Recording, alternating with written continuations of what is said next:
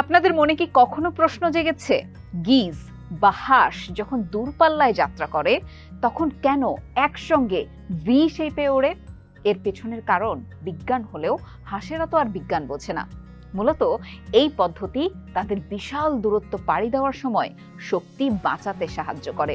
আর এখন বড় বড় উড়োজাহাজ কোম্পানিগুলো ঠিক এই কৌশল ব্যবহার করতে চায় বিমান পরিবহনে। কিভাবে, তাই জানবো আমাদের আজকের এক্সপ্লেনারে।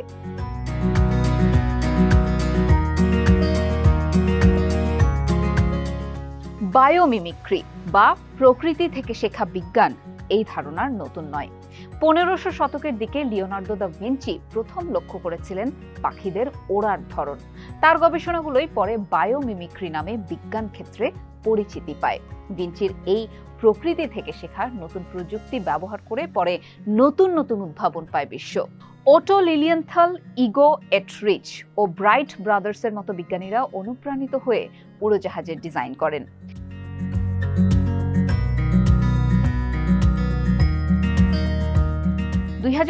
সালে বিমান প্রস্তুতকারী প্রতিষ্ঠান এয়ারবাস ফেলো ফ্লাই নামের একটি প্রজেক্ট শুরু করে। এর লক্ষ্য ছিল হাঁসের মতো প্লেনগুলো একসঙ্গে উড়লে জ্বালানি কতটা বাঁচাতে পারে তা বোঝা।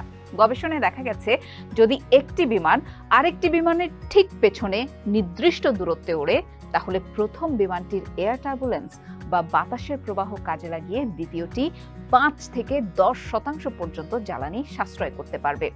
একই ফলাফল দেখিয়েছে নাসার গবেষণাও।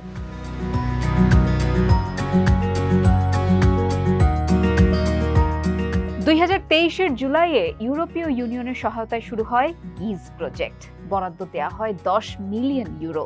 চলতি বছরের জানুয়ারিতেই ডেল্টা এয়ারলাইন্স ও এয়ারবাস ঘোষণা দিয়েছিল তারা এই গবেষণাকে আর পরীক্ষাগারে আটকে রাখবে না, বরং বাস্তব ফ্লাইট পরিচালনায় ব্যবহার হবে।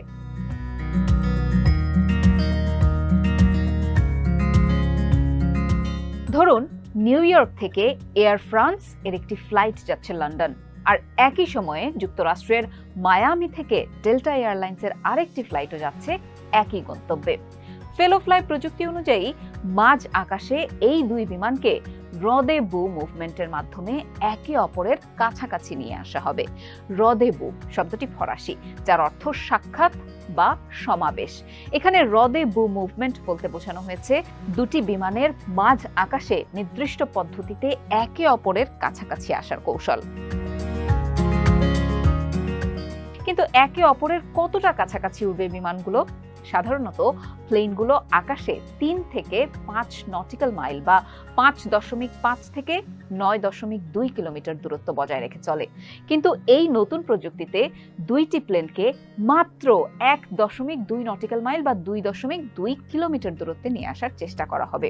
ফলে পেছনের বিমানটি সামনের বিমানের ওয়েক ভোটেক্স বা বাতাসের প্রবাহ কাজে লাগিয়ে কম জ্বালানি খরচ করে উঠতে পারবে। এতে অর্থ সাশ্রয়ের পাশাপাশি কমবে কার্বন নিঃসরণও।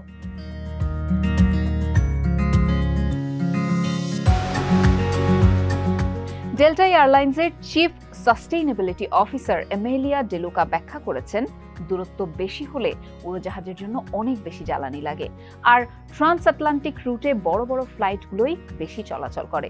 যদি এই দীর্ঘ রুটে মাত্র 5% জ্বালানিও বাঁচানো যায়, সেটাই হবে অনেক বড় সাফল্য।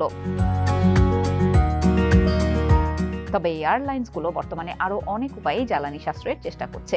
এর মধ্যে অন্যতম গ্রাউন্ড পাওয়ার ব্যবহার, অর্থাৎ রানওয়েতে প্লেনের ইঞ্জিন চালিয়ে না রেখে ইলেকট্রিক পাওয়ার ব্যবহার করে বিমানকে সচল রাখা। এছাড়া অবতরণের সময় সংক্ষিপ্ত পথ ব্যবহারে উড়োজাহাজগুলোকে উদ্বুদ্ধ করা, যাতে অতিরিক্ত জ্বালানি না পোড়াতে হয়।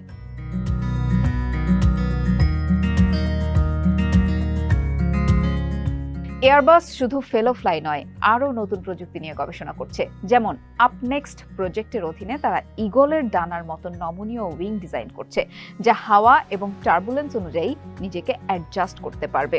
নাসাও এই ধরনের প্রযুক্তি নিয়ে কাজ করছে, যার নাম তারা দিয়েছে মরফিং উইং।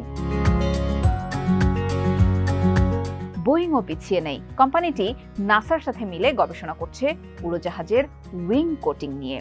তাদের এই গবেষণার মূল লক্ষ্য বিমানের ডানায় পোকামাকড় আটকে যাওয়া প্রতিরোধ করা। এই ধারণাটি এসেছে লোটাস পাতার থেকে। ফ্লাইট অপারেটর লুফথানজা এবং কেমিক্যাল কোম্পানি BASF মিলে এমন এক ধরনের ফিল্ম তৈরি করেছে যা হবে হাঙরের চামড়ার মতো। এতে প্লেনের শরীরে বাতাসের সাথে কম ঘর্ষণ হবে, ফলে জ্বালানি খরচও কমবে। আকাশপথে পরিবেশ বান্ধব ভ্রমণ এখন আর শুধুই ভবিষ্যতের স্বপ্ন নয়, বরং ধীরে ধীরে রূপ নিচ্ছে বাস্তবে। বায়োমিমিক্রি থেকে অনুপ্রাণিত হয়ে প্রযুক্তির উদ্ভাবনী ব্যবহার এবং জ্বালানি সাশ্রয়ের কৌশলগুলো বিমান ভ্রমণের ধরন পরিবর্তন করছে।